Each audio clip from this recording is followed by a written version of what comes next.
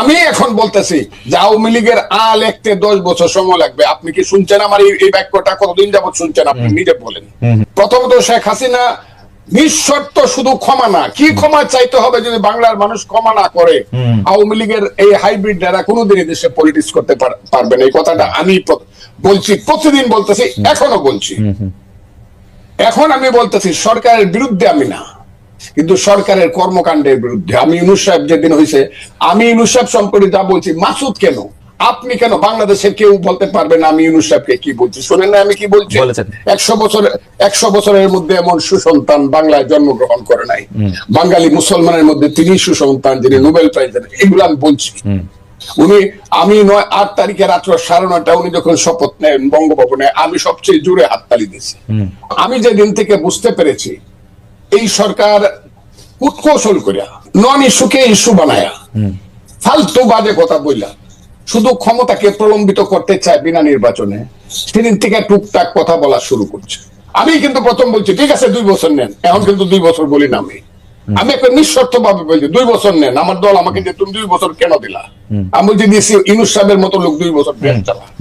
কিন্তু যখন আমি বুঝতে পারছি তারা আমাদের সন্তান, তারাই আগামী দিনে এই দেশে রাষ্ট্র চালাবে, আমি খুব দোয়া করব তারা যাতে যোগ্যতা সহকারে রাষ্ট্র চালায়। কিন্তু তাদের যে মূল নেতা বলা হইলো জাতিসংঘে গিয়া, তার নাম হলো মাহফুজ আলম, মাস্টার মাইন্ড হিসাবে ইউনূস সাহেব পরিচয় করে, এতে আমার কোনো আপত্তি নেই। কিন্তু ও প্রথম দিকে কিছু কাজ করলো আমার ওই সন্তানটি, এবং কিছু কথা বললো, যে কথাগুলোর সঙ্গে আমি সিরিয়া, ইরাক বা মধ্যপ্রাচ্যে কিছু আদর্শিক মিল পাই। আফগানিস্তানে এই মিলগুলো আমাকে আহত করছে। গত 6 মাসে 6 মিনিটের জন্য মুক্তিযুদ্ধ কথাটাই বলে নাই। তারা মুক্তিযুদ্ধ বলতে চাইছে 47-কে এবং 24-কে। 24-কে আমি মাথার উপরে ধারণ করি। আমি আবারও বললাম, মাথার উপরে 24-এর জন্য আমার অনেক হৃদয়ে কান্না আছে, সেটা আছে। কিন্তু 47 আর 24-কে, 71-কে যারা বাদ দেয়, 71 হলো মুক্তিযুদ্ধ। এই মুক্তিযুদ্ধের পেট ছিঁড়েই বাংলাদেশের জন্ম। মুক্তিযুদ্ধ হলো বাংলাদেশের মা। কথাটা আমি বলি কিনা বলেন আপনি? না বলেন। মুক্তিযুদ্ধ না হলে বাংলাদেশ হইতো না। যে মুক্তিযুদ্ধের পেট ছিঁড়ে বাংলাদেশ হলো, সেই বাংলাদেশের উপদেষ্টা হয়ে একজন তার মারে স্বীকার করতেছে না। মারে যে স্বীকার করতেছে না, সে তো সুসন্তান না। আপনি কি খেয়াল করেছেন যে 1 সপ্তাহেরও কম আগে জনাব মাহফুজ আলম একটা ফেসবুক স্ট্যাটাস দিয়েছে, যেটা শিরোনাম হচ্ছে মুক্তিযুদ্ধ মানে বাংলাদেশ? আমি শুনেছি। তাইলে ওই পেজটা উনি এই বিতর্কটা উনি সৃষ্টি, তাইলে আমি যদি বলি অবশেষে অরিন্দম কহিলা বিষাদে, আপনি যেটাকে লিবিয়া, সিরিয়া, ইরাক দেখতেছেন, সেটা কি আপনার কাছে মনে হয় এটা আপনার ইন্টারপ্রিটেশনে আপনি এরকম দেখতেছেন? আমার ইন্টারপ্রিটেশনে তাদের কথা আমি আপনাকে বলি, তাদের কথায় আমি এরকম দেখতেছি। কেন দেখতেছি? এখন আবার কালকে দেখলাম তারা যে নতুন দল করবে, এটার যে কথাবার্তাগুলো তারা বলছে সব হলো লিবারেল ডেমোক্রেটিক পার্টির কথা। তা আপনি যদি সকালে একরকম কথা বলেন, দুপুরে একরকম বলেন, বিকালে একরকম বলেন, রাত্রে একরকম বলেন, তা আপনি একটা দেশকে কিভাবে পরিচালনা করবেন এবং কিভাবে একটা নতুন দল গঠন করিয়া? কিন্তু ফজলু ভাই, আপনি দেখতেছেন না, এরা তো একটা যুদ্ধের মধ্যে আছে। আসলে এই যুদ্ধ তো শেষ হয় নাই।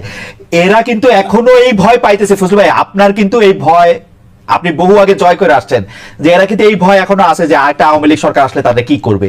এরা যখন মাঠে কাজ করতে যাচ্ছে, আপনি জানেন বিভিন্ন রাজনৈতিক দলের নেতাদের কিন্তু ওদের নানাভাবে মোকাবেলা করতে হইতেছে।